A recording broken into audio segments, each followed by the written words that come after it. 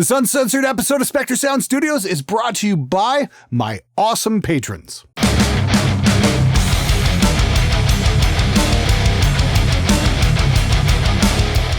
Hey everybody, welcome to SMG Viewers Comments episode number 161. Hope you're gonna have a fantastic weekend. Let's get right to it. Hey Glenn, got any advice for a 13-year-old planning to join your studio as an engineer when he grows up? I like your initiative. Who knows if the studio will still exist by the time you're old enough to actually work here, but good luck to you anyway. My advice to you would be study your ass off, learn everything you possibly can about recording. Go get yourself a copy of Reaper. You can download a demo. You can check it out. You can start playing with it. Maybe land yourself a part-time job, grab yourself a Focusrite 2i2 and start to learn the basics of recording. Good luck to you, man. I wish you the absolute best. Study hard. It's an awesome career, but it can be heartbreaking too. Just be prepared for an interesting ride.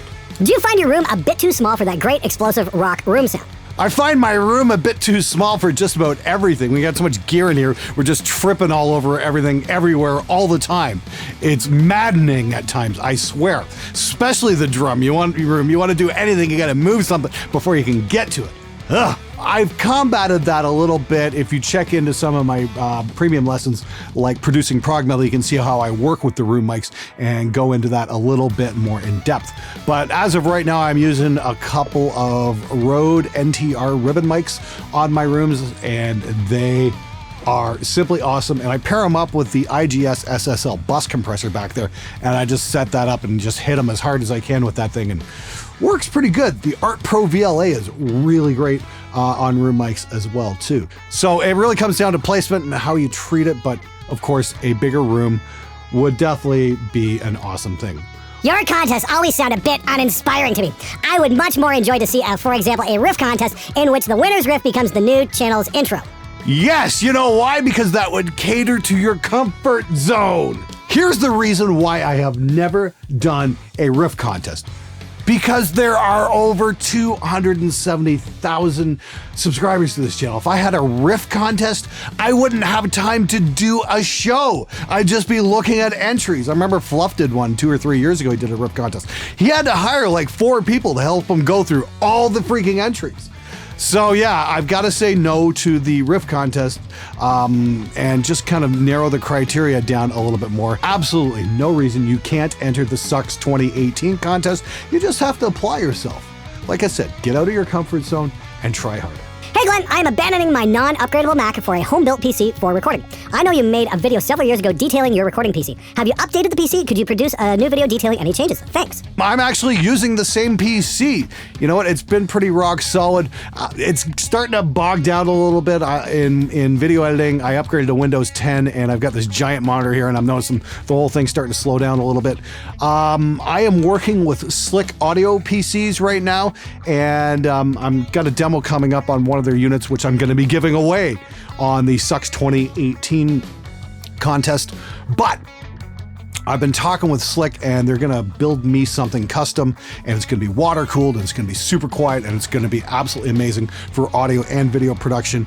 If you want to check out an upgradable turnkey system, I would definitely recommend checking out Slick Audio. Their systems are absolutely incredible, and they even build high-end laptops as well. And there are a couple of awesome guys. You know what? I'll put a link down in the description below. You guys can check them out. They are simply awesome dudes. Maybe do a premium gear versus bang for the buck gear series. Love your content, man. Greetings from Germany. Ask and you shall receive. You know, I've been kind of kicking around an idea like that in my head, but that kind of brings it to fruition right there. I think we're going to do that. We're going to shoot out some budget gear versus the super top end stuff.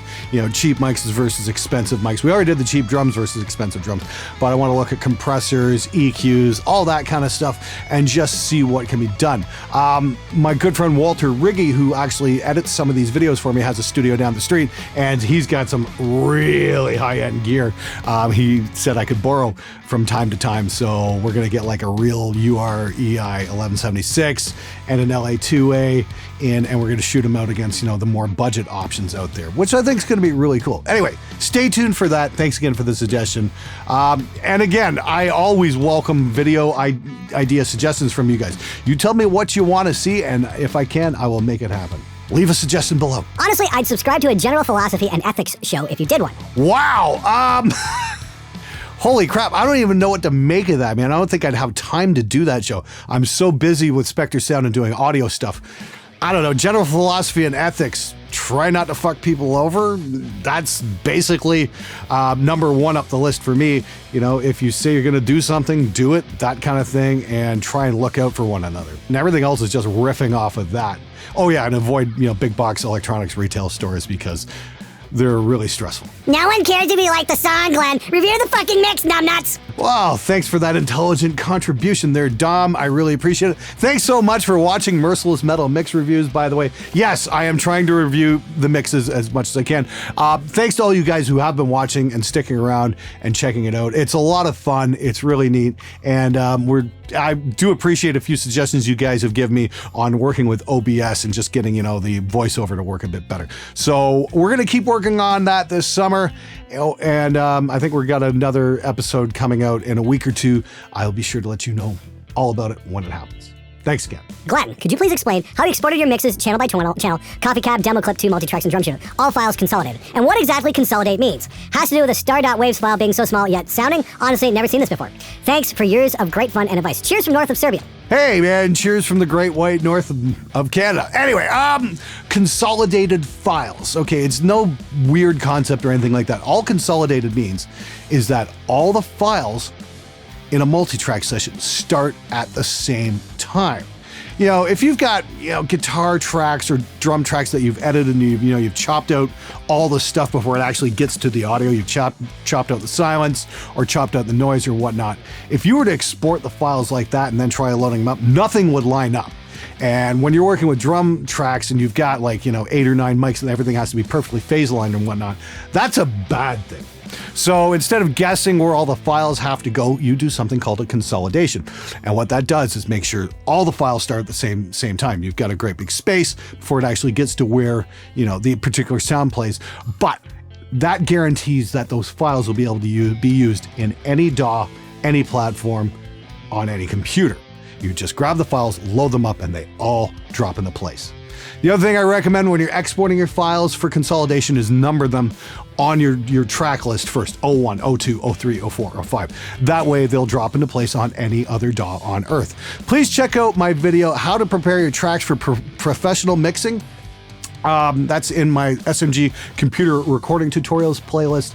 Highly recommend you check that out. I know that's done a lot of good for a lot of people. And all I did was base it around Frederick Nordstrom's system when I got to work with him back in 2009. He's a smart motherfucker. As someone wiser than me once said, the problem with the world is that nobody drinks from the skulls of their enemies anymore. Well, that and TJ had a saying once as well, which would be, life would be simpler if they still allowed dueling. Why does the full mix sound way better than when you are hearing the tones separately? Hey, Carlos, that's a killer question. Definitely a beginner question. But here's the thing.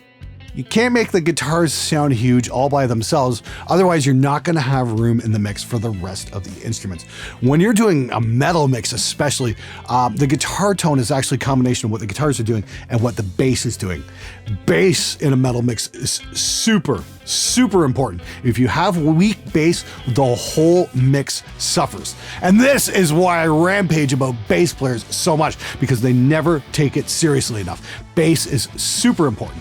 A great example would be, again, Ian Hill. I always come back to Ian Hill from Judas Priest, who doesn't play super complicated bass lines, but he's awesome at what he does because he can play, the guy is just rock solid as a metronome and in terms of technique and clarity. I got to hang out with Andy Sneap backstage at a pre-show earlier this year, and Andy said, Ian Hill is the best bass player he's ever worked with because he is so freaking solid. So, why the guitars sound small by themselves is because you're only getting half or an eighth of the picture. It's not the guitars by themselves that make the mix. It is everything. It is the bass guitar. It's the drums. It's how everything fits together. And that takes a long time to learn how to do and make it sound great. But it's a worthwhile pursuit. Unrelated, but how do you deal with a bandmate that's family but useless? My cousin's a bassist, hence being useless. Every time I ask him if we can record a track or learn a part, he tells me he's gonna sleep. Only goes to sleep when I ask him music things specifically. Well, if he's useless, then fire his ass! Why don't you get a musician in there who actually wants to contribute? If he's family, so what? He'll forgive you or won't. Doesn't matter. The music is what matters, not his ego. Well, you fired me, man. Yeah, because you weren't doing anything. Yeah, but be fair, give him a warning first. It's like, dude, are you going to get serious about this, or do we have to bring somebody else in? You're going to fire me? Yes, we're going to fire you. But I'm your cousin. Doesn't matter.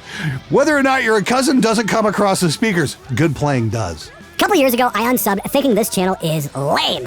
Some time ago, I resubbed it because how stupid I was and had almost no knowledge in guitar subject. Well, time to admit it. I was wrong. Hey, Lucas, thanks so much for resubscribing, man. I hope you're enjoying the show. I hope you're enjoying the content, and I hope you're finding it useful. I've got a lot more tutorials coming up. I'm going to have some shootouts coming up, as we mentioned earlier. So yeah, stick around, man. It's going to be an interesting ride. Thanks again for coming back. And thanks to all you guys who hit the subscribe button as well. You guys fucking rule.